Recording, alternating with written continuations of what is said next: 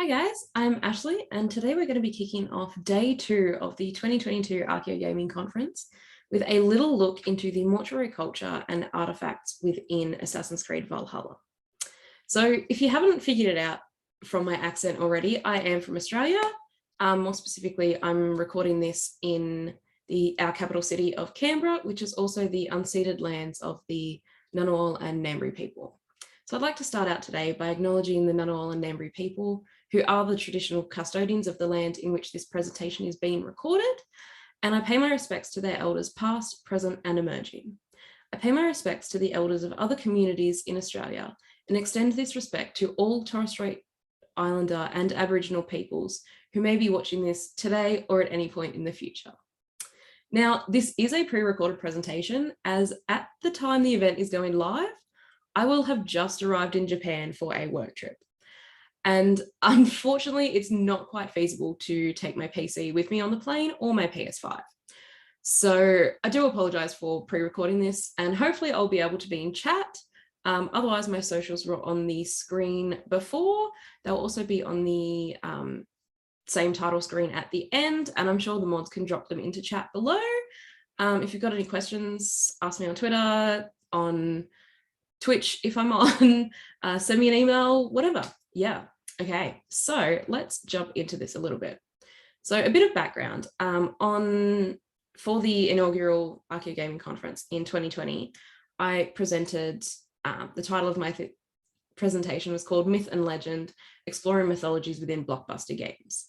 So in this, I looked at Uncharted 2 and 3, the recent Tomb Raider trilogy, and the 2018 God of War, and how they represented the mythologies and legends that inspire the stories or shape the stories, really, and whether it's a good representation and how this kind of worked. So at the end of 2020, my plan for my 2021 research and moving forward was to look at how Ragnarok and Norse mythology has been represented within Assassin's Creed Valhalla and God of War Ragnarok, which I'm sure we all know has been postponed. So keep an eye out for that one next year, hopefully. I haven't gotten into the Dawn of Ragnarok expansion for Assassin's Creed yet. I do have it purchased.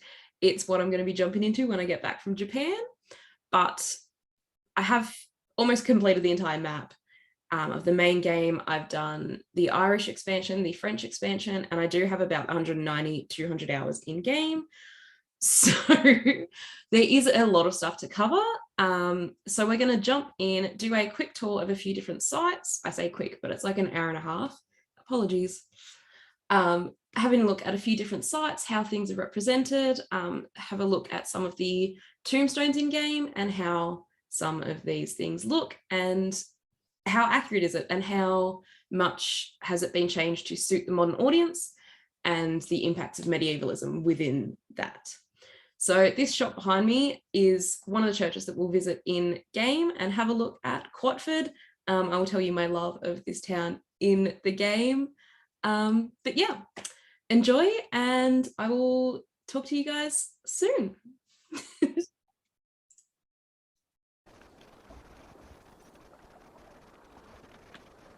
Okay, so today we're going to start off, we're just in discovery mode at the moment, right in Ravensthorpe, following Eivor, and we're just going to have a little run around. I think it's pretty early in the settlement, but we're going to see if there's anything up this way, or what's been added into the game as of this point in time. So I think we can head through this way.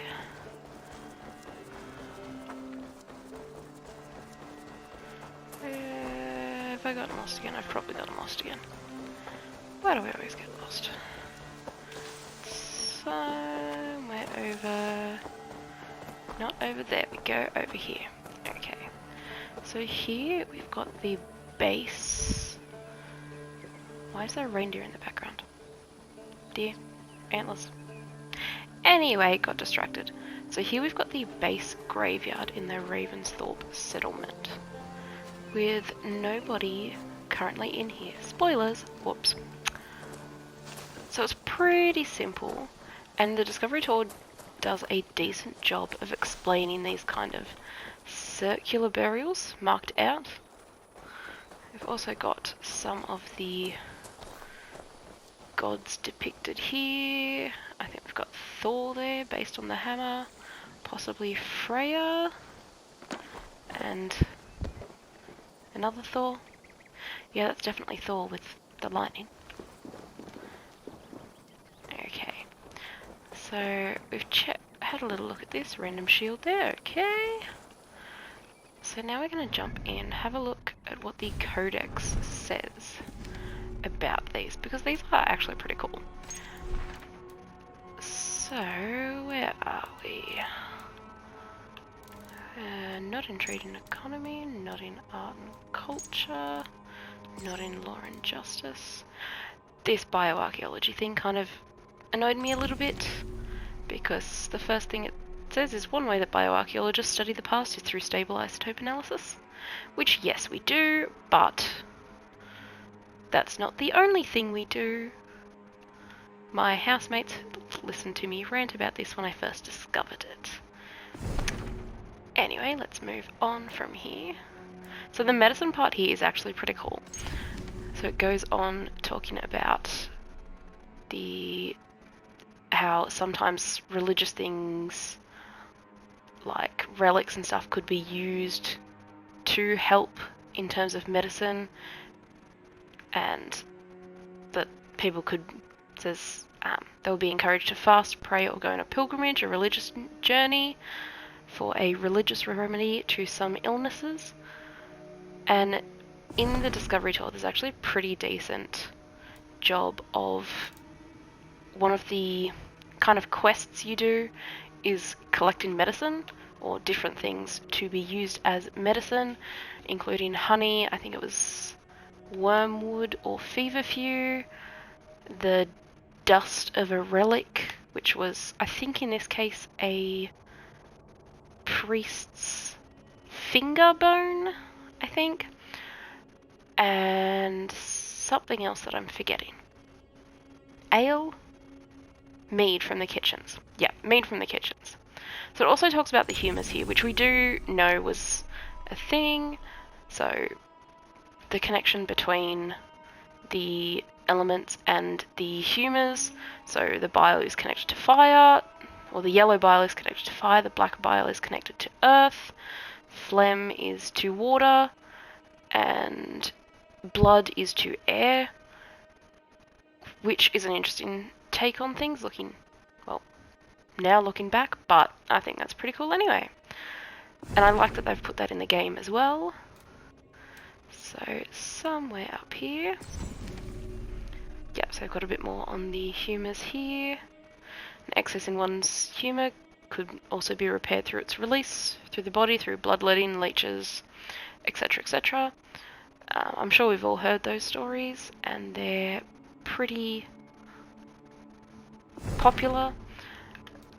So if we jump up into... So the Lands of the Dead here goes through talking about our Asgard, or if you died an honourable death within Norse beliefs, you would either end up in Valhalla, the Hall of the Slain, where only deceased men could enter, as it states, or into, I'm probably going to say this horribly, but Folkvanger, the People Field, which was ruled by Freya, which in this game is represented as it says here, welcomes both honourable men and women, perhaps reuniting those separated by death. However, from what we know, she also accepted warriors, or a lot of what she accepted was warriors, likely the female warriors that were not transformed into Valkyries living in Valhalla. So, and I can't remember specifically if in the game quest where we go to Valhalla and Eivor does the Valhalla thing of waking up, fighting, dying, going, waking up, fighting, dying. I can't remember specifically if it was just men in that section or if there were women there as well. The way I play the game, I'd let the animus decide Eivor's gender. So in a lot of it, she is represented as she. So in that case, I did have a woman in Valhalla, but I don't particularly remember if there were other women there. It didn't strike me one way or the other, but I'd be interested in going back and looking at that. But obviously I've played 190 something hours of the game at this point. So it's also got here about the other lands of the dead. So we know there was, I think, around 9 different places that the dead could go, or at least 7. One of them, those who died of sickness or old age. Also, it says words. So here it's represented that Hell or Helheim, those who died of sickness or old age went there. Otherwise, people went to Niflheim, so the murderers, oathbreakers, and traitors, were sent there. However, a lot of them were also sent to Hell. So basically, unless you did something really bad, you would usually be sent, or you would usually go to Hell if you died an unworthy death. So if you swore wrong oaths, murderers without real cause, or cheating on their partner, or if they died of old age or disease, they would usually go to Hell. So I'm not 100% on how this is represented. However, we don't really see much mention of Niflheim within the game, and we only have little mentions of Hell, which I'll get to when we jump into the game's version of Ravensthorpe. So what else have we got here? So there was something else up here that I saw and I was like, oh my god, this is so cool. Where is it?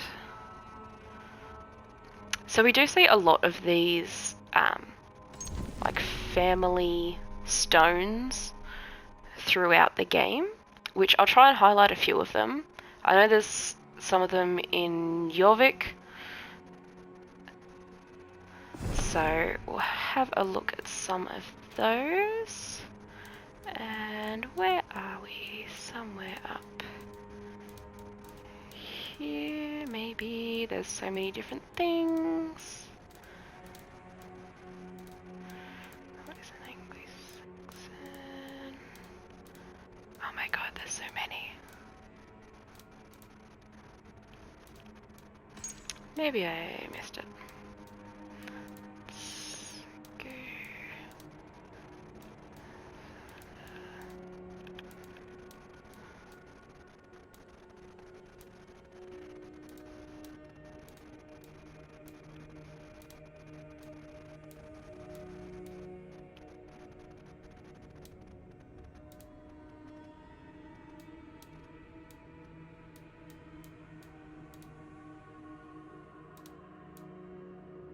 Here we go, right above where I just was.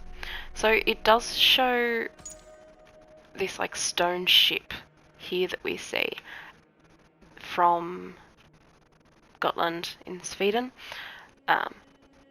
dated to the late Bronze Age, as the credits show here.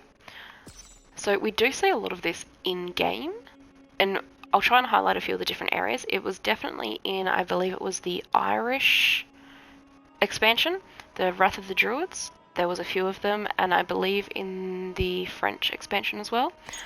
But this idea that the ships could be used, as it says, to be on a ship was to be in a liminal in-between space between life and afterlife. So we do, a lot of the time, across a lot of different mythologies, see boats as a way of transferring the deceased from the land of the living to the land of the dead. So we see it in Egypt, we see it in Grecian mythology. Honestly, I think most mythologies have some kind of concept of a boat within their afterlife beliefs. So it is cool that we see this in the game, and we do see this kind of burial representing a boat. Okay, so let's jump into the main game now, okay? Okay, so now we're into my save game. Back into Ravensthorpe on a lovely rainy day. Pretty typical for England, honestly. So, we're going to go check out the graveyard here now. So we're just going to take a little run through the city.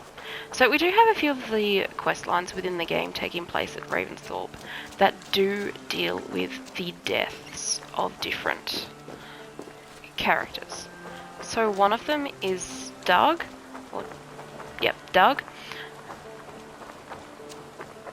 who throughout the game challenges Eivor and I think pretty much just does like a fight to the death thing.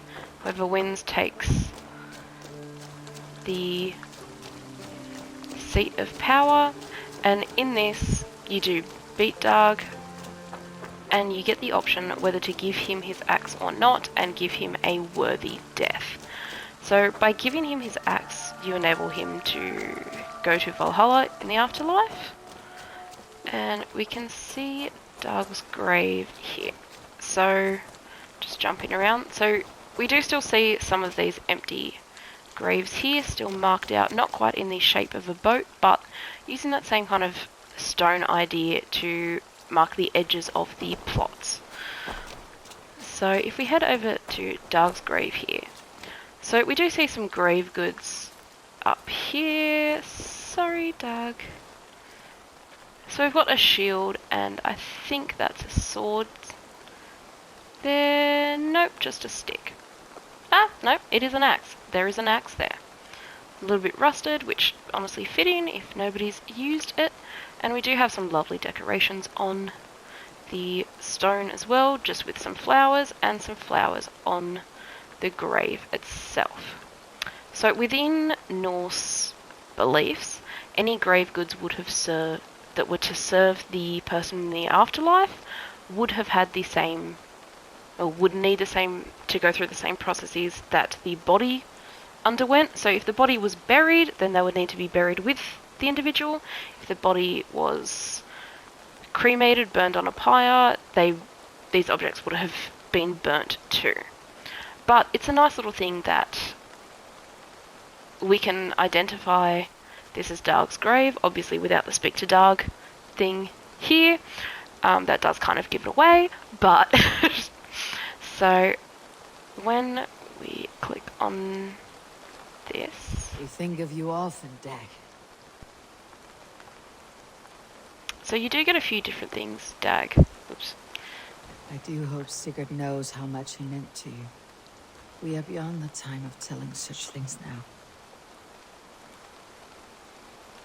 We think of you often, Dag. So I was having a look at this earlier, and there was one that Eivor said, lamenting whether Dag made it to the afterlife, or to Valhalla, and where he ended up in death. So I think that's an interesting thing. They could have easily left this out, easily put nothing here, but they did put this in, and I do quite like it, that she has the wonder of, did he make it to Valhalla? Will he fight for Odin at Ragnarok? Like, it's something that, yeah, I can't really speak that well right now, but I do like it. They've added this element in that nobody really knew, and Dag's actions did go against the clan, in that he challenged the leader, or acting leader, while Sigurd was out. But yeah, so I do quite like that one. Another one we have over here is the Sven's tomb, or Sven's grave here. So Sven was the original tattooer, where you go to get to customize your character a bit more, so your tattoos, your hair, etc. And he does die partway through the game, in his sleep, seemingly of old age, although his character doesn't look too old. And Eivor does comfort his daughter Tove, or Tove, who's lamenting on the fact that he didn't receive a good death, that he's done all of this good in his life, but at the end, his death wasn't worthy. And I like that they included this, because it's an aspect of the Norse beliefs. Like, a lot of Christian beliefs are that you do good and throughout your life, and it's the sum of your life's actions that will get you where you're going in the afterlife.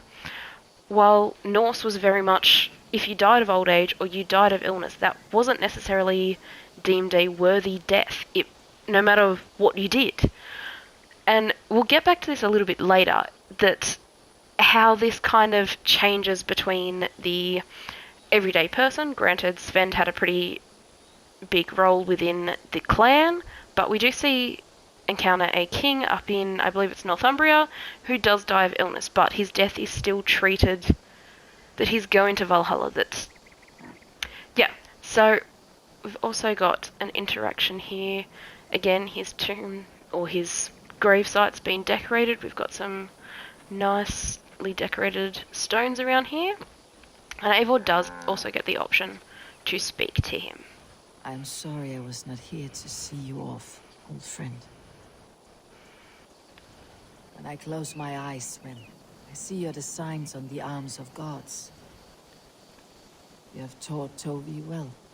Through her you live on. So these interactions are really cool, and I think it does build Eivor's character even more, that we get things like this, and that they have paid attention to these different details. So another thing that I found incredibly interesting during the game, and this is a spoiler for the later games, is one of the characters that we meet along the way who just, I believe, depending on your actions, he decides to come back to Ravensthorpe and live within the group. Ignore that cow. I believe the butcher, farms person, etc. is living just over there somewhere. Or they're somewhere around here, so we do get occasional cows. Anyway, back to Hunwald. So he does die in one of the sieges, and we see there's a great cutscene within the thing, of Hunwald still being placed on the funerary pyre. That he still gets this great death send-off that a lot of the other characters get that have died within this battle, but yet he's still honoured with his Christian style cross. That if we jump in, there's nothing necessarily special about this marker. It's got a few symbols, but yeah, the fact that they've put this in and made the effort to place this within the Norse burial ground, and showing that the Norse invaders, as they were so often seen, have still given him his correct death and treatment. Yeah, and the Norse weren't necessarily like, no, not doing Christianity, my way or the highway, but there was a lot of acceptance around other religions within their conquests and stuff. They were like, yeah, cool, do whatever you want to do, but let's just work together, you know? So I do like that they've done this, and we do get interactions as well. You are a brave man, Hunwald. Know that we will take care of Swanborough, though she will miss you every day. You are a brave man, Hunwald. Know that we will take care of Swanborough, though she will miss you every day.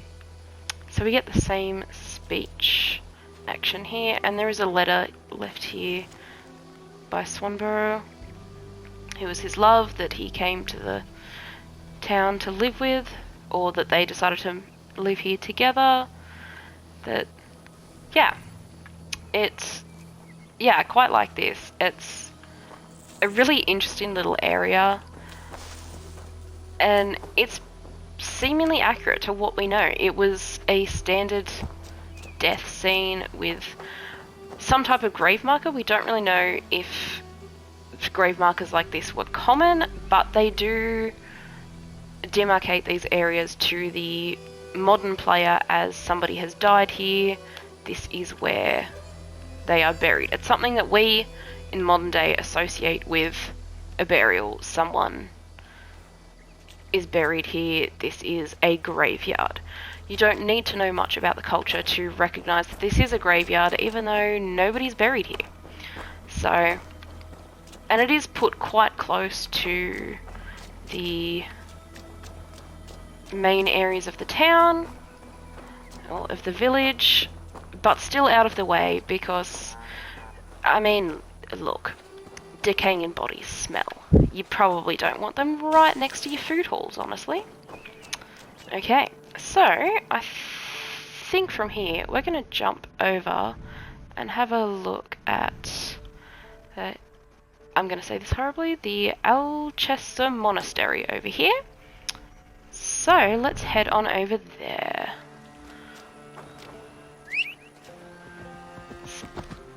Jump on my horsey and right over there. Okay, let's go. Come on, Eivor. So unfortunately this is a pre-recorded presentation. While you guys are watching this, I'm sure I've said this in the intro, but I will be in Japan. Hopefully I will be in chat below. But this would have been a great time to answer any questions. So chuck them down in the thing and hopefully I will be there. Otherwise, I'm sure I would have left my socials. So you can ask me on Twitter, send me an email, whatever. But yeah, okay. Let's enjoy some of the scenery. Oops, sorry.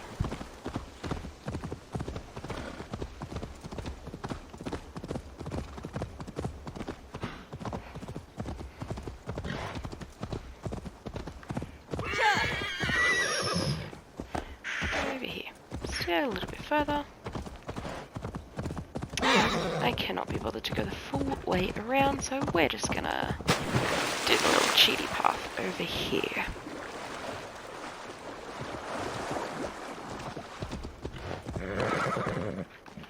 Okay. So, this is a distrust area. We may run into some soldiers like the guys up there. So let's try and sneak in over here to the graveyard. Okay. So, where are we? I have notes on this that I'm about to pull up. Because as much as I would love to, I cannot remember every single little thing.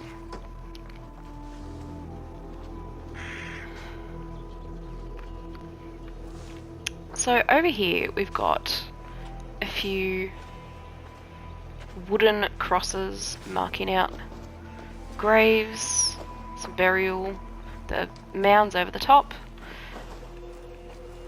We've got a grave dug out here with, we can see some little feetsies hanging out. I don't think they've really put him in the grave that well. And then this one over here, I believe, yep, we've got a hand.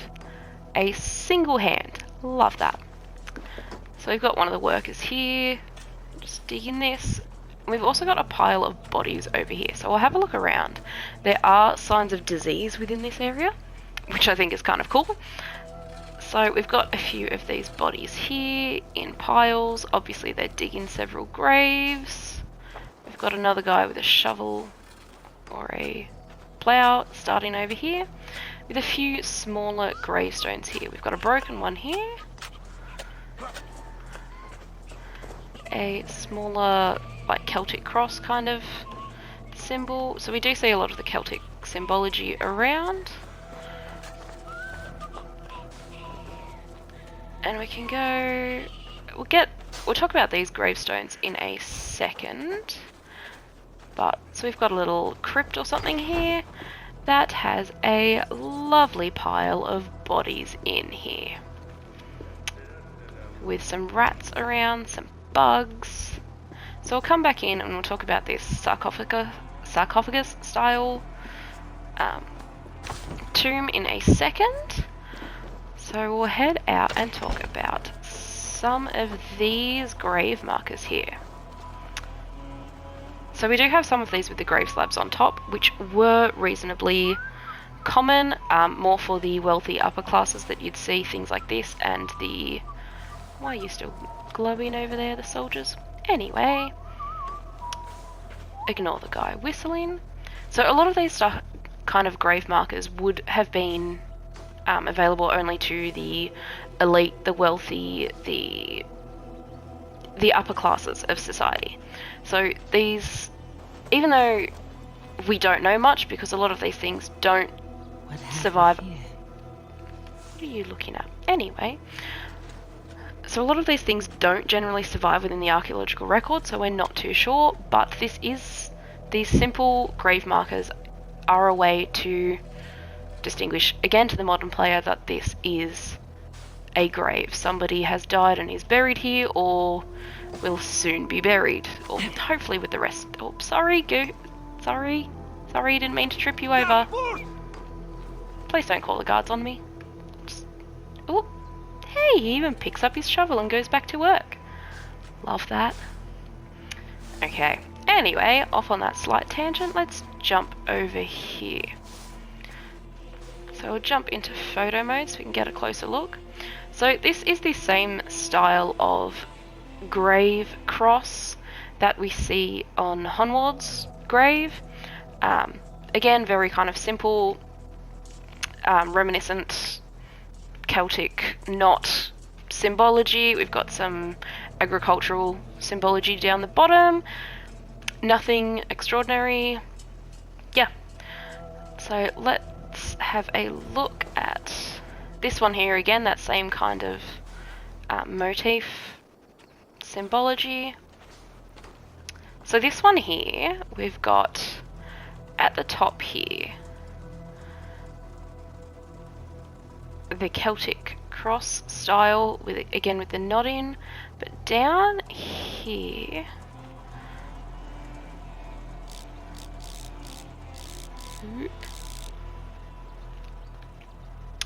we've got this dude here who is, we can kind of assume that he has some kind of spiritual power, whether he's intended to be a priest or someone high up within the Christian realm of the Christian hierarchy. Let's go with that. Whether he's somewhere in there, some kind of higher up official, that's a word that works better. So a lot of the times what we do see in a lot of medieval artworks depicting someone with a religious importance or something is this kind of halo around the head. And unfortunately I can't quite make out the runes around enough to be able to translate them.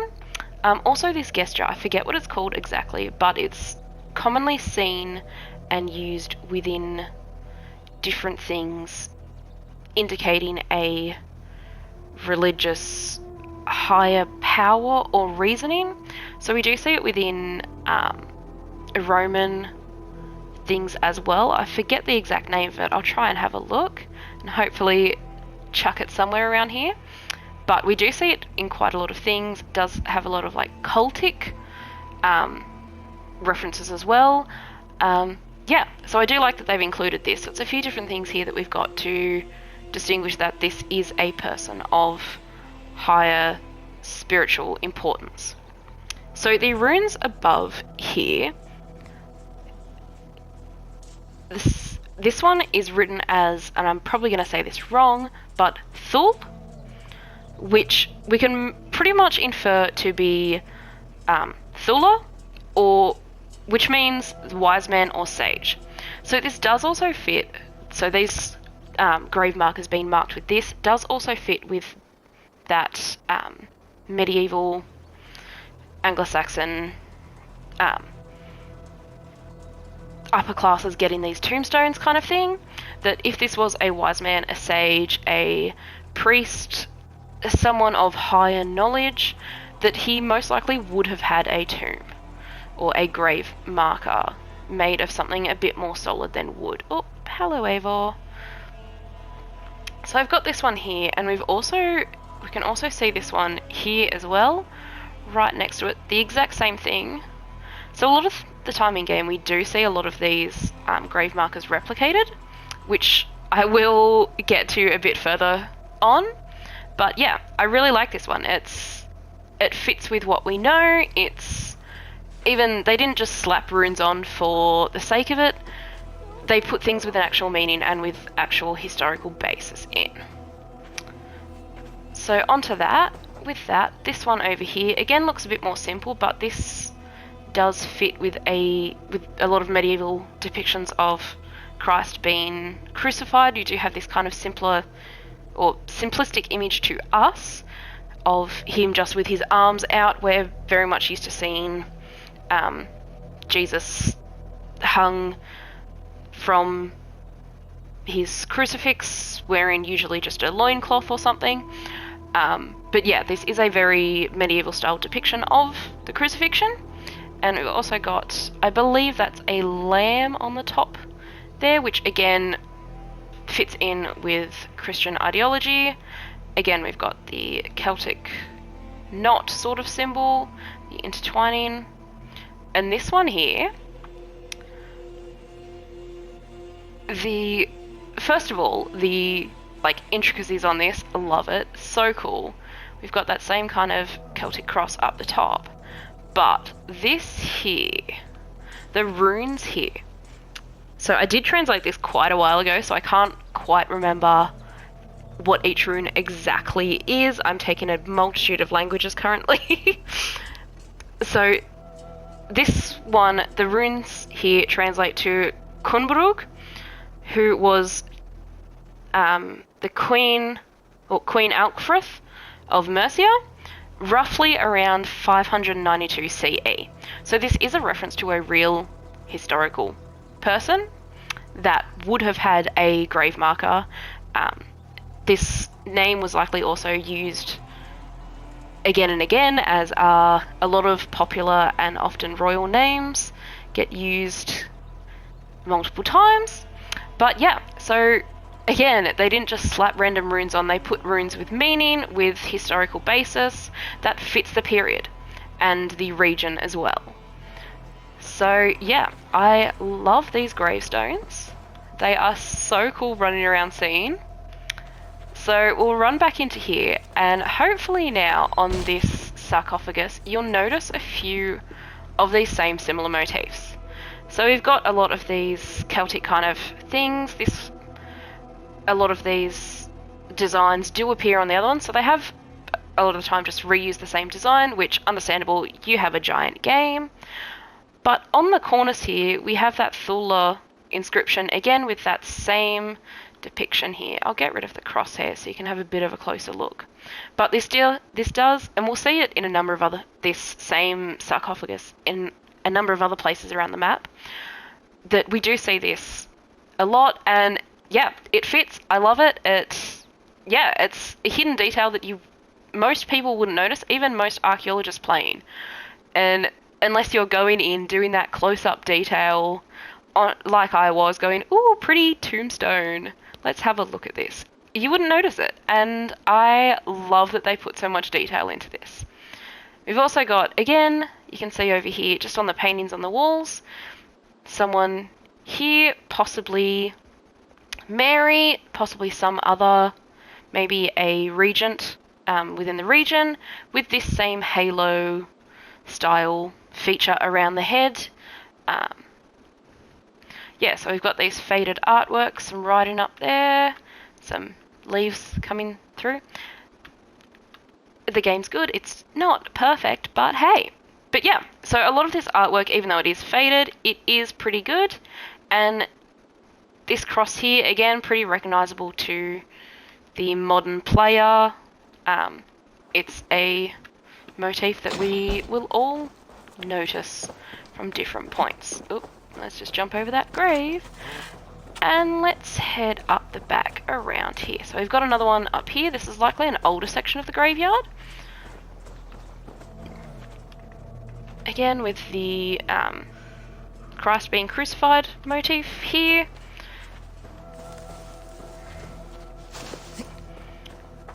So if we head, I went in there earlier having a look, couldn't find much in there, and there are some soldiers in there, and I don't particularly feel like fighting anyone currently. Okay, so in here we do have more evidence of this illness within the town. Unfortunately I couldn't find any mention. Oh honey, maybe lower your dress a bit. Okay, so we do have these ill people around here, and we did see the piles of bodies within the graveyard. We've also, another really cool thing I like, that I, despite my searching, I couldn't find much. Ooh, collectibles. Yay, money.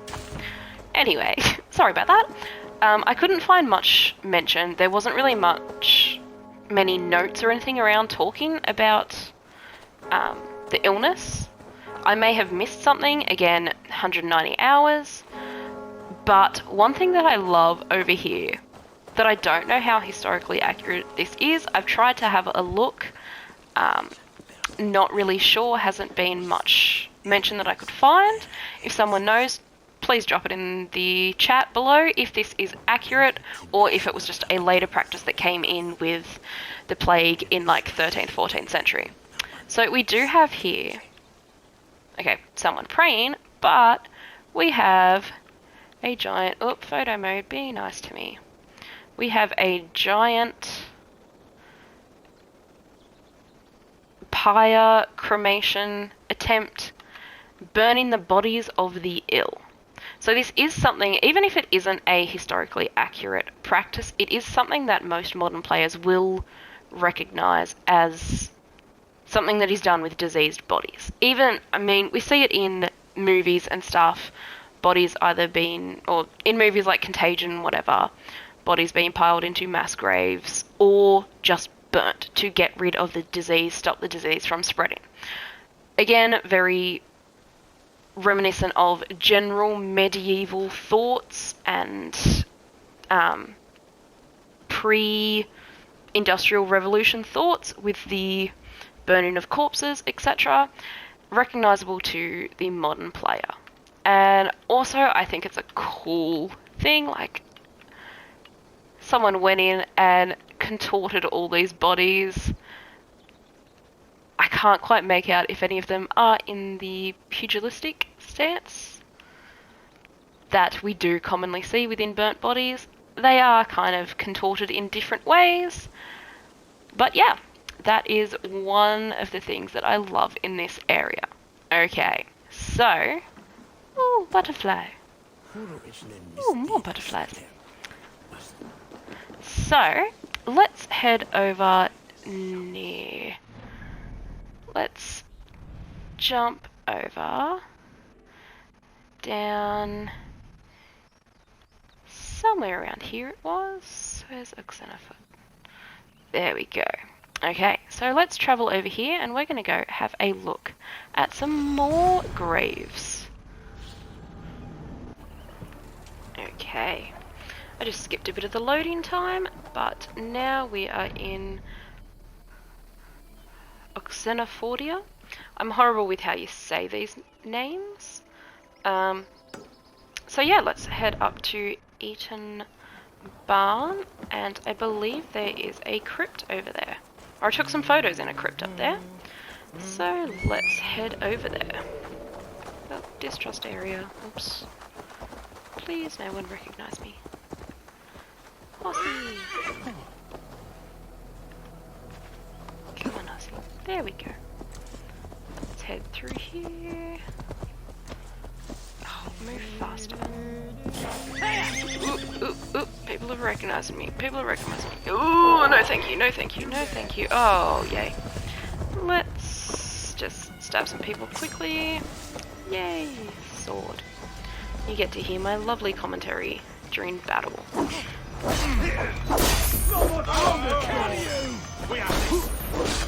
Thank you. Oops, there goes his head. Dodge, dodge. Get back here, dude. So I've just finished playing through the Irish and French expansions, and I've just swapped out from using the scythe or one of the giant weapons, so I'm not quite used to the up-close combat yet. I'm used to my wide arc. Where did my horsey go? Horsey, there is Horsey. I'm just going to call you over, because that's easier. And now that that's done, let's head back onto the track where we were going. So, I believe there's some kind of crypt or something over here. So, let's go over, check that out.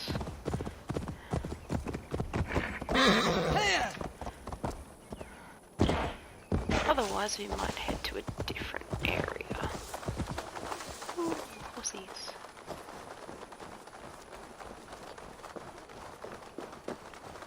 Yeah, here we go.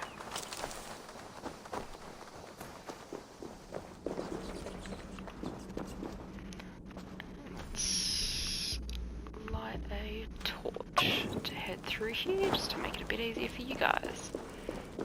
Okay. Whee! Over we go. Squish, squish. Straight through. And now we get into this Roman style area here. So we've got the...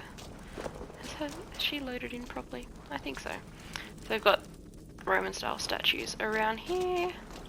And movable thing here, which I believe there was a Roman artifact up the top here. And somewhere around here, maybe it's through this back here. Yeah, there we go. No, get down. Eivor, stop. Ground. Thank you. Hey, here we go. So, we've got some of the more Roman style things over here. Well, not Roman style, they are Roman things. So we've got the columns on the side of the sarcophagus here with a very classical style engraving on the side. We can see that's along here, which the Romans were quite fond of these sarcophagus style things, Romans, Etruscans, etc. We've got, again, a very classical style headstone sort of thing, which, by saying classical style, I mean that the artwork on there is of a more classical format. Most of these headstones are just used to associate the modern player with, this is a place of death, there are people buried here. So this, let's jump over to this one here. So, where is... I'm pretty sure I translated this one somewhere. Sorry, just running through my notes here. Here we go. Okay, so the full translation thing of this one, and I apologize for my pronunciation, I have not done Latin in a good year at this point, I'm pretty sure. So, including parts that are missing, because this is actually taken from a real inscription, which I'll touch on that in a second. But this one says Pro salute imperator rum Caesarum Augustorum Antonini et veri Jovid dilectorum Caecilius Lucanus praefectus cohortis. And I am sorry if my Latin teacher was listening to that. That was probably not great. So basically, that one translates to, for the welfare of the emperors, our Augustans, Antonines, and Verus, beloved by Jupiter. Caecilius Lucanus, praetor of this cohort, set this up. So basically, this guy built it for the welfare of our emperors, etc. So while this epitaph does date to between 161 and 169 Common Era and was found in Ilkley, West Yorkshire, it's not actually a gravestone. It's just an inscription with, unfortunately, little evidence available for the specific context it was found in. So a lot of these gravestones I was able to find within a book of Roman Britain inscriptions. I forget the exact author. Hopefully I'll remember it at some point and chuck it down. But yeah, so they did do pretty good, and if you can find the drawings of these, they do show up, and it's a pretty accurate adaptation into the game. Granted, most players aren't going to recognise that this is not a tombstone. They're just going to associate the shape and the kind of location and everything and the Latin on it and assume, yep, cool, that's someone that died. So, this one here, this one is a bit of a fun one. So, this one at the top here says, where are we? Quintus Verbenius Quinti Libertus Iacundus, which is basically just giving this guy's name, Quintus Verbenius Iacundus, and his status, freedman of Quintus. So, like most, or like a lot of people, a lot of slaves that were freed, they usually took, or commonly took, the names of their owner or the person that freed them and used that as their family name or some kind of identifier. So the Quintus, freedman of Quintus, does fit. But, so we don't actually know much for the top of this one because, not that you'd probably notice, but this is from 2 separate stones. So they've smashed 2 stones together and been like, yep, there we go guys, that's a gravestone. Perfect, love it. So, this top one, the Quintus, freedman of Quintus, we don't really know much about it.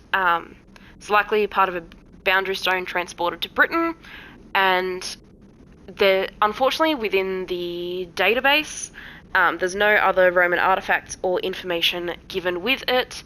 It's just kind of a, hey, this is from England. This is what it says, this is what we think it is. So, gotta love that amazing note-taking that was going on in the 19th century, 19th and early 20th century during a lot of archaeology. So the second half of this stone, let's jump in, and says Britanniae Sanctae Posuit Nicomedes Augustorum Nostrorum Libertus. Basically reading, to Holy Britannia Nicomedes, freedman of our emperors, he set this up. It is from a statue base that was found in Jorvik. So together, it is a little bit contradictory as they do reference 2 different freedmen, but again, to the common player, they wouldn't notice. They'll notice, probably recognise Britain or Britannia, Britannia, etc., and go, yep, cool, that this was from Roman occupation within Britain, Roman, England, Britannia, etc. So most people aren't going to notice, but it is fun, and it does kind of make me laugh that it's just like, ah, I made this. This is me, and it's a gravestone. So there are a few others that, let's jump over to another cemetery and have a look at them. So, up in Oxenofordia. And now we're going to head over to Lincoln. So let's head up to Lincolnshire. I did already travel here to save time, and up onto the church at the back here. So first of all, love the view. I've got some Roman ruins over here. Lovely view. Let's just, some snow over here. Okay, now let's do the classic Assassin's Creed thing. And, ooh, did I miss it? Ah, I missed it. Oops. Sorry, Eivor. Sorry. Okay, that wasn't the classic Assassin's Creed thing. But hey. Okay. So, this graveyard here around this church. So we've got this nice, lovely style church, however not really accurate for the period. They were usually smaller churches. These kind of grand churches wouldn't necessarily have been in areas like this, or not until at least later Anyway, so this lovely, again, medieval style church. Gotta love a bit of medievalism.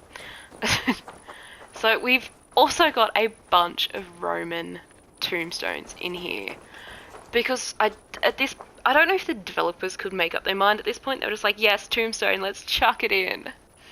So this one here, jump in, have a little look here, do a bit of translating. So this one here says Civilis crescens matribus domesticus votum solvit merito libens. Basically, so this one, I couldn't find this in the database. Sorry, I've got a cat in the room apparently. If you hear meowing, whatever, that would be Bean. He's got, well, beans. Hello, mister. Anyway, so this one I did kind of have to translate for myself, which I've done a bit of Latin, so hopefully it's not too bad.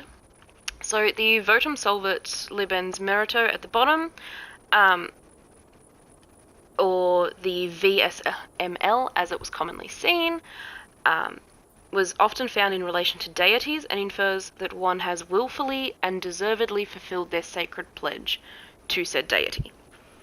So the matribus domesticus was often used as a dedication to one's mother, and while the crescens here could mean increasing, it is more likely referring to the individual crescens, one of Jesus' 72 disciples that he sent forth within Luke 10, especially in conjunction with the word civilian at the start there. So pretty much this dude, crescens civilian, has fulfilled, willfully and deservedly fulfilled his sacred pledge to his mother or the mother of the house, which he could, if it is Jesus referring to one of Jesus' disciples, could also be referring to the Virgin Mary. Yeah, so it does have some Christian things, some Latin, but yeah, again, not really a tombstone. So, this one over here. Do I have notes on this one? No, I don't think I have notes on this one.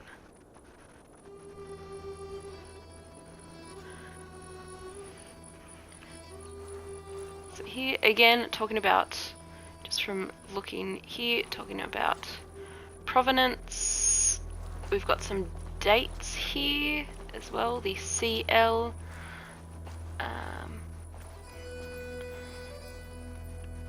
Yeah. Apologies, I am out of practice with my Latin translation, but the HSE that we can see at the bottom, usually used as hic situs est, lies here, or he sits here, he is here. So this one could very well be a tombstone, some kind of reference back to this person, or to whoever it is that is buried here. So this one is a bit of a fun one as well. And over here, so they have tried to make it look a bit different here by flipping some of the tombstones. But again, we've got this Civilius Crescens tombstone here that we saw just 3 up there. We've got this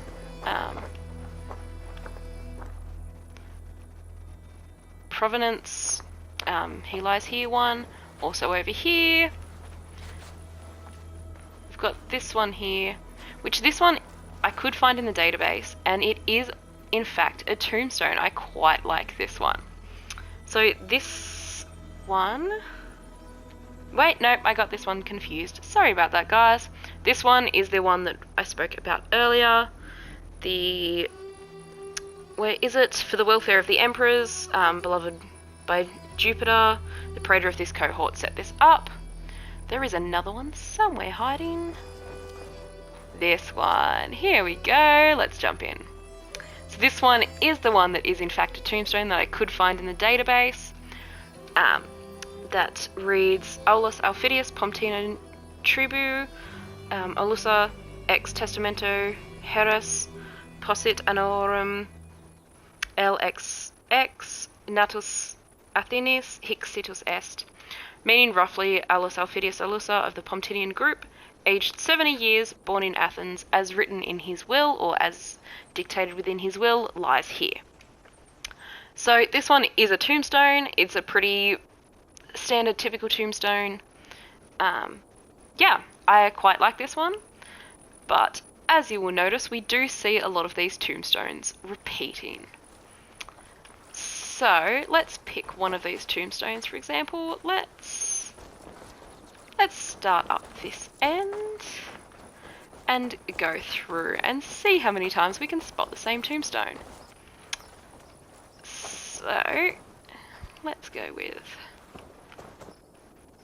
this one here, the Aulus Aufidius Aulusa one of the Pomptinian. So we've got one here. And most of these tombstones, they do use the same kind of motifs on the top. So I've got 1, 2, 3,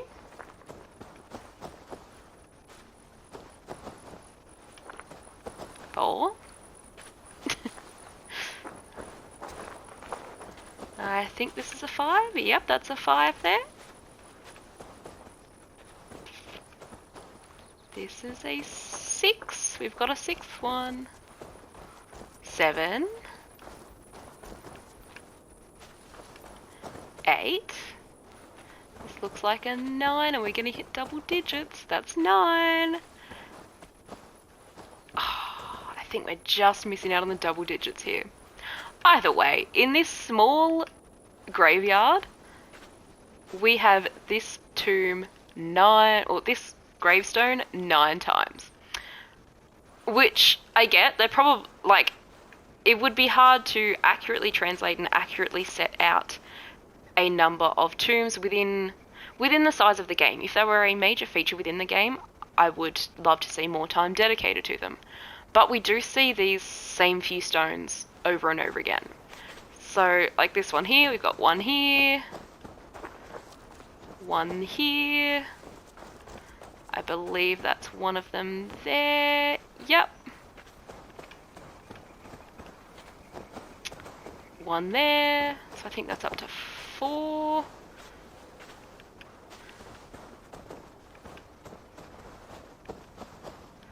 That's the other one. There's one of them here. It won't let me see. It's too close to the wall. Can't quite make that out. I think that might be one of them there. Yep, that's one of them there. So it's at least 5 times within this small graveyard of 2, 4, 6, 8, 10, 12, 14, 16, 18, 20, 22, 24, 26, 28, 30, 32, 34, 36, 38 gravestones. We've seen one of them repeated 9 times and another one repeated at least 5 times. So while it does kind of annoy me, as I said before, I do love that they did add this aspect in. They did use real things. They set it out in the exact way that it was not carved, but inscribed. Inscribed, that's the word I want. It is set out in the same way that it's inscribed, and honestly, unless you're specifically sitting there translating everything like I did, you're probably not going to notice it, and you're probably just going to run around. Like, go into any city that you find in this game, find a graveyard, run around, play Spot the Grave. You'll probably find the same grave multiple times. You do see this as well with the more Anglo-Saxon style and Celtic graves as well. But yeah, it's a bit of fun, and I love it, and it makes me laugh knowing that some of these are just... I think we had one up here that was the Quintus Libanus one of the, hi, my name is Quintus, I'm a freedman of Quintus kind of things. And like, yes, for the glory of our emperors, sitting in beautifully designed and graveyards with the lighting and stuff. So, okay. We've also got out here some of the more Celtic style ones, which again we see this same Thula motif here. A lot of the same things, the crucified Jesus.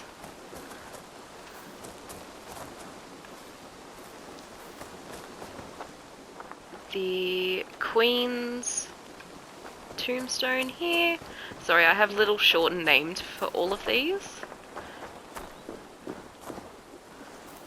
But yeah, so we do have a bunch of these around, and you'll see them in a bunch of different places.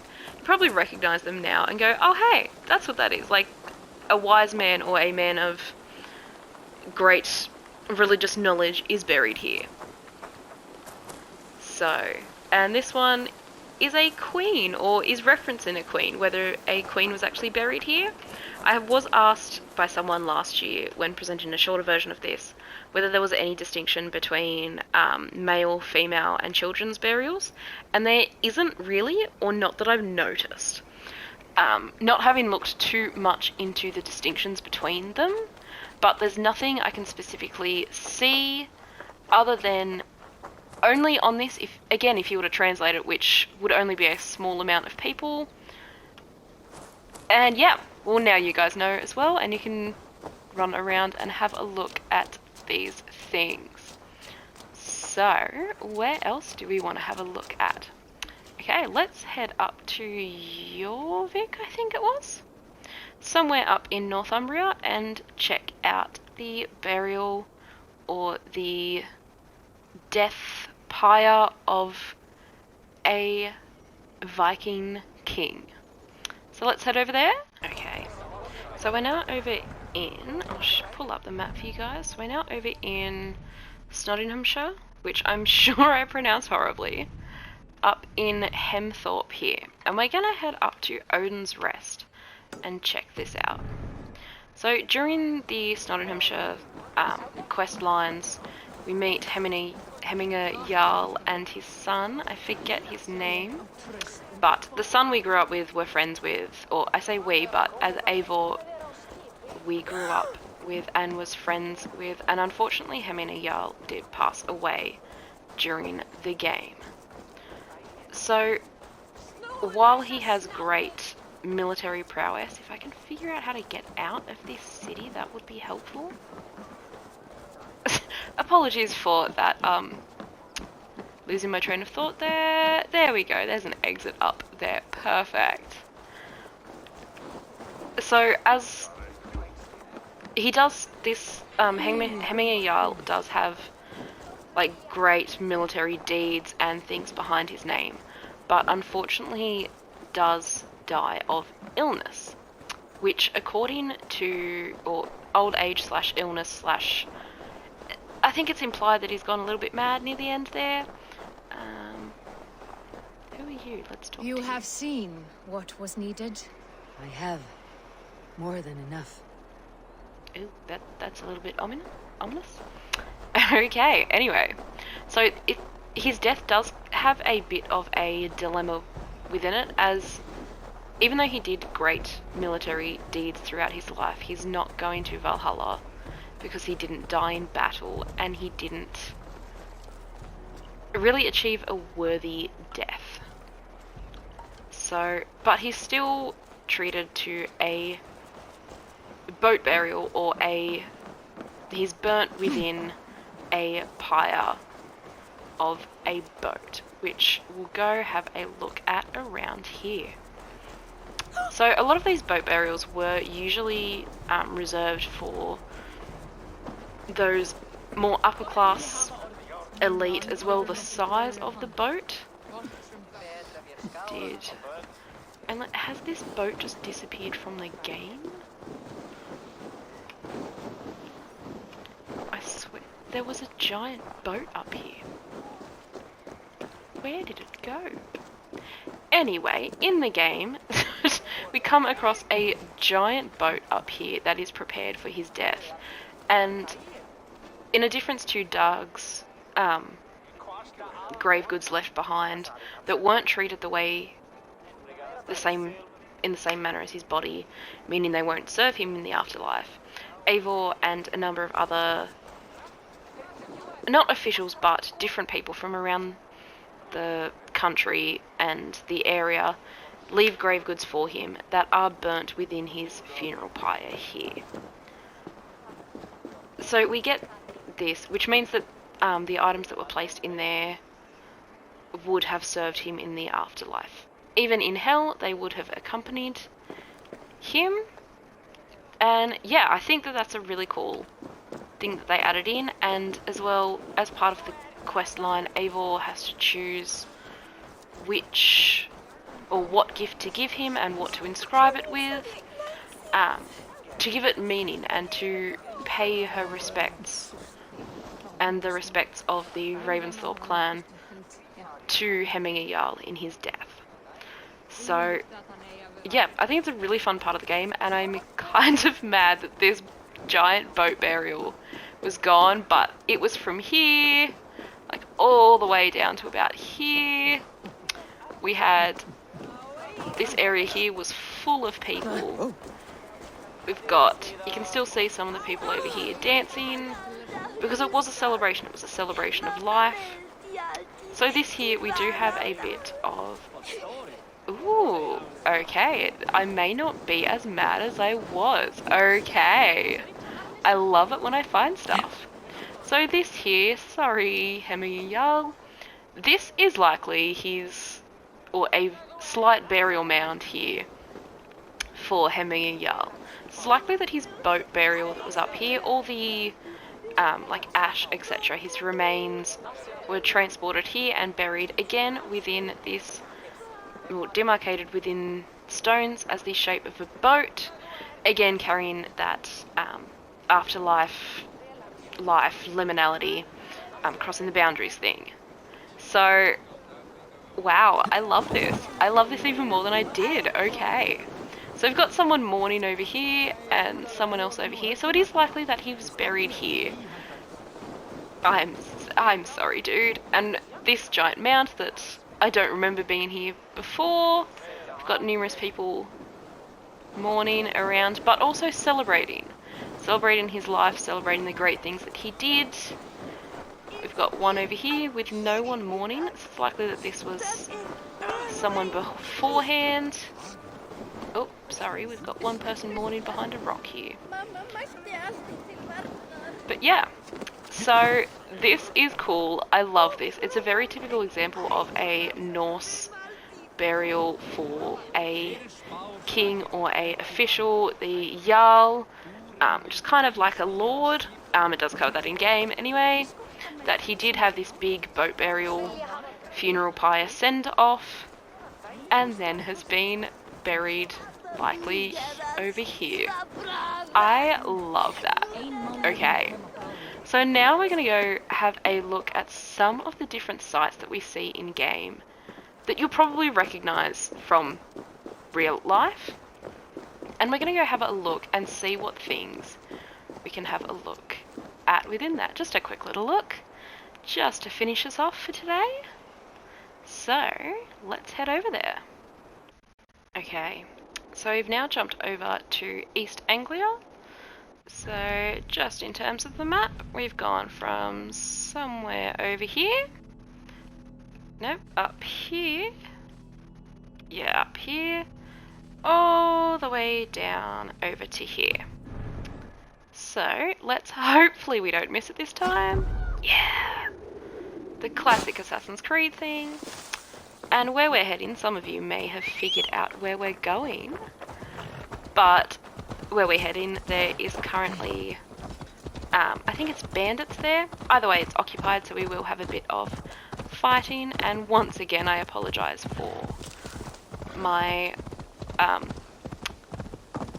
commentary while I'm fighting, because it does turn into a lot of stabby stabby, ouch, get back over here. So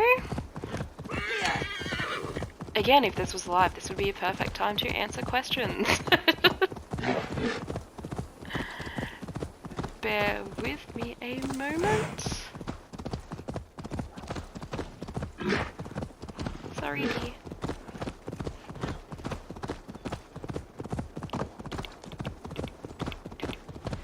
Okay, so coming in here, we've got a few mounds over here. Some of you might recognise what this is coming in. If not, one will let us know soon. But I'm sure it's a name we're all familiar with. Sutton Hoo. This area is off limits. Yeah, I know, we're just gonna stab everyone. Let's do a little... Oops. Sorry, dude. Sorry you're on fire. I don't want to look over there. You can... What? Oops. Cross, take you. Get back here. Maybe... Yeah, you're up there, coming down. Yes, please come and actually fight me. Come on, steady, steady, thank you. Where are the others? Hey! Let's go. Hey, thank you. Whoop. Almost died. Almost died. Have we got anyone else around here? Maybe. There we go. Got some more there. Let's just clear them all out so we can have a run around. You die now! Okay, you can die now, but like, I'd prefer it if you get away from there. Thank you. I really don't like hitting the oil jars because I just find the fire inconvenient. Hey, no one will bury you. Stab. Thank you. I hate the people with pikes, they annoy me. These guys are annoying. No, don't do that. Dude, not cool. Die peacefully. Oh my god, are you kidding me? We're almost dead. Okay, now I think we have everyone. Oh, no, we've got some dude that's just walked into chaos. We've got one dude underground. Oh, move out of the way. Thank you. Bye bye head. Kill you guys. I love being overpowered. No. Oh, get back here. Thank you. I've got one guy here. Don't. Save off. Stabby. Thank you. Okay. Now I think we have everyone. So, let's go have a look here. So I love that they included this, and I love that it's like a half uncovered, kind of scaffolded. People have been looking into it and they don't really know what it is, why it's there, which, like, mood. So, but one thing that does annoy me with this is that where are the bodies? Where are the bodies? Where are the bodies? Like, in a game that has skeletons lying around, like at the bottom of wells, on the top of mountains, on pathways, and they've even coded in an animation for when you loot a skeleton that the bones kind of rattle. Stick a skeleton or two in here, please. Like, please. And admittedly, we are going to go downstairs and we're going to check out down here. And I get that this was a, like, game decision for an area to come and loot and explore. But, like, it was not a Roman style crypt. It was not a sarcophagus. And while I love the catacombs, like, all the skulls in here make the bioarchaeologist in me very happy. Like, look at those head injuries. We've got skulls with bits broken out. Oh, beautiful. We've got, oh, okay. How is just that part staying together? Like, why are the ribs doing that? But also, it's beautiful. It's beautiful. But why is this beautiful, beautiful catacombs and crypt underneath one of the most famous, arguably most famous boat burials that we know of, Sutton Hoo. Why did you chuck this here? Let's see.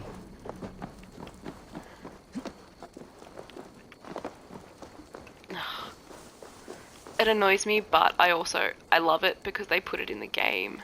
Abel, get up. Okay, so we're now going to head over to another site that I like checking out. So I will join you guys over there in a second.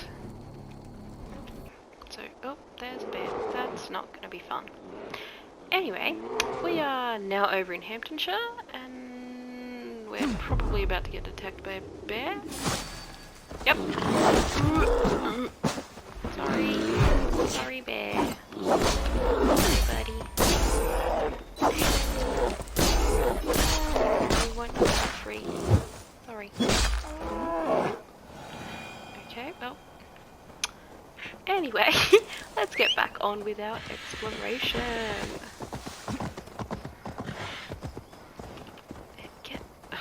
I hate this when Abel gets stuck behind the horse and she doesn't actually get on, she just runs with her head up its arse. Thank you. Anyway, we're gonna head over this way and check out another site. Over here. Already done one of those, don't need to do that again. Let's head through here now. Oop. And you'll probably see me run over into a couple of trees. And look, there's a reason I don't have a driver's license. Here we go. So, we're going to have a look over at Stonehenge for a bit.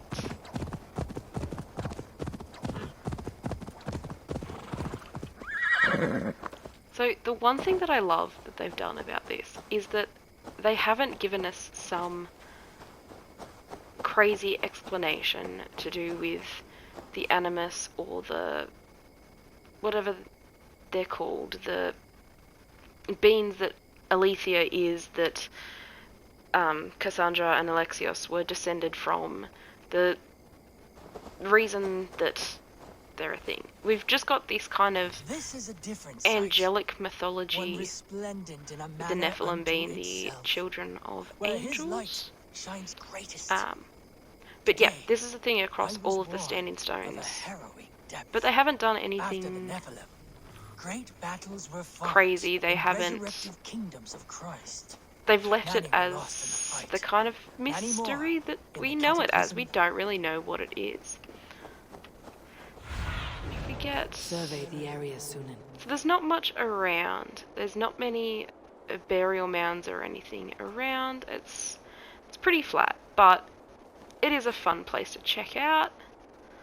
And I mean, look, is it really an Archeo gaming talk if we don't talk about Stonehenge in the game? So that's a quick little thing about that. And one thing I did forget to mention about Sutton Hoo is they do actually include the burial mounds around there. So it is cool going there, having a look, checking it out, seeing all these things that they easily could have left out, that they have added in for some level of historical accuracy. Even if a lot of the game has kind of been reduced to just a medieval setting rather than late 9th century Anglo-Saxon England. And we do have the ditch around, and I love that. Love that. Okay. So now, just to finish up, we're gonna head over to one of my favourite cities in the game, and it seems really weird, but hopefully you guys will notice some of the beauty of it once I've spoken a little bit about it. Okay, so we'll jump over there. Okay, so we are now in one of my favourite cities in the game, Quatford, in Shropshire. Which seems like a bit of a weird city to love, but we're going to go check out the church. The graveyard here is pretty cool, but again, we see the same tombstones that are used in a lot of places, but I have taken a lot of photos within this area. But this church here is modelled after an existing church in Quatford. So if you have a look up St Mary Magdalene Church in Quatford, a lot of the photos are very similar to this. So the one of the main things is that the church wasn't built until, in real life, until 1086, and being that this is set in the 1870s, 1880s, obviously it didn't exist. The real church is a bit smaller. Obviously it's not as great or as large a church as it is a small village church, but the descriptions we have of the environment as well say that it is on the edge of a steep hill or cliff, and they have recently, I believe, they've had stairs in there, but I believe they've recently had escalators or something put in there to help the elderly get up the steep path to the church, which, like, even just this road up here is quite steep, and I love it. It's a fun little thing that they put in, that they've researched this area, they've looked at the geography of this area, and put it in, and it makes for a really, really fun thing that I didn't even notice the first time. And doing the discovery tour, there's nothing about this area whatsoever. So there's no mention of it. They haven't really put anything in here about it. And oh yep, there's one of the dudes we killed in the storyline. Oops, sorry. Yeah, so this is where we meet Chelbert in the story. But yeah, I love this church. I love this area. It's so fun to go to. And it makes me want to visit the church in real life. Or the real church. Because I've come and I've run around here in so many things. And like, you'll see the grave slabs or the grave markers on top. The gravestones, we've got this same one for the Queen. A lot of these same things that we'll see around. That it's a very typical burial ground of this region, this thing. There's not much Scandinavian influence, and not much Roman influence over here either. It's just a fun little one. I love it. There's also a dog that roams around here. We saw him on the other side. He's fun to pat. And it looks beautiful with the sun coming in. Like, oof, look at that. Okay. So one thing about a lot of the churches and the graveyards in-game is that, and this one has done a pretty good job, that the graveyards weren't often near the towns or the main living areas. So the main living areas are over this area, over here, and the town and the church and the graveyard is off over to this side, because pre-embalming, etc. Graveyards could get a bit smelly, animals would come and go digging for remains. You didn't really want them right next to your house, you know? But so this one isn't as fenced in, but we've still got a fence around some parts of this. So a lot of graveyards during this period would not have been fenced in. It's a later thing that came in with Charlemagne and a lot of the changes he made to burial rites and stuff. That things like people could only be buried within the church grounds that they were a part of. And they had to be buried on consecrated ground. So a lot of fences and borders and stuff were built around the edges so that people clearly knew where the church was, where the consecrated ground was, and you couldn't just sneaky extend the consecrated church ground out by burying a family member here, even if you weren't accepted into this church. So, but this is a thing that we see a lot more. We think of like these smaller villages with historic churches and graveyards with them fenced in. And it's the thing for modern players that honestly there's about 100-year difference between when the game's set and when these changes happened. So I'm kind of okay with that. It's a fun little thing, but a lot of the graveyards within the game are placed within city bounds, which again, it's a game. Cities have their purposes. Like, you go to the cities to see things you don't... It'd be a bit weird to find a random graveyard on the side of a road in a game, because that's not where we see the hubs of activity and stuff. And especially in games like this, where you're looting tombs, which, speaking of, we're heading over to the secret crypt here to show you one last little cool feature that I believe is in this. Nope. Around here. Around here a bit further. Somewhere. Look, they wanted to hide it. One of the notes in the church is about that they took all the treasures down to the crypts to hide them. And look, they hid it well if I can't even find it. And I know what I'm looking for. Yeah, there we go. Here's the little marker on the map.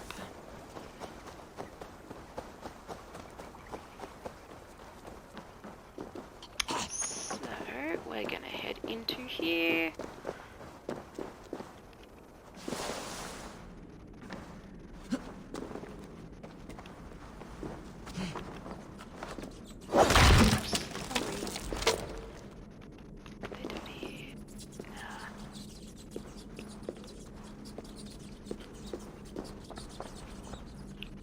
So we've got another one of the Roman style sarcophagi here.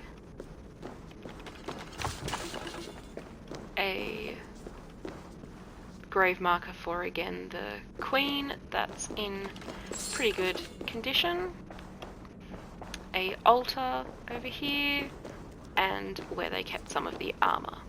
So what they don't have in this section that in a lot of the other crypts and stuff there are, so like in, I think it's, where is it, somewhere on the map, over down here in Kent, yeah, Canterbury, in the catacombs here and a lot of the other church ones, the floor, if you have a look, is actually made out of gravestones. So it's a fun little thing that I love, and none of them are really accurate to the period. I think one of them has like English writing on and like modern English and says like, here lies X and X,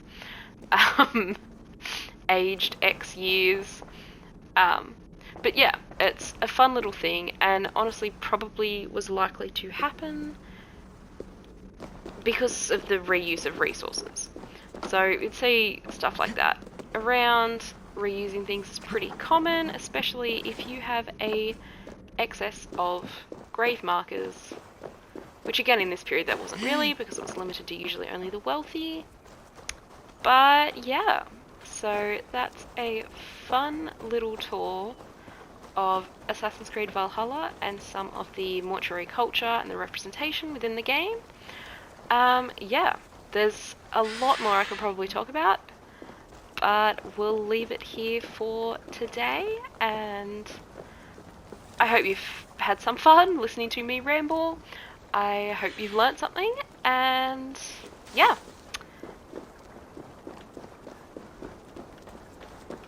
I'm getting distracted by the beauty of the town. Let's run back up here, but yeah, hopefully you've learnt something, hopefully you've had a bit of fun.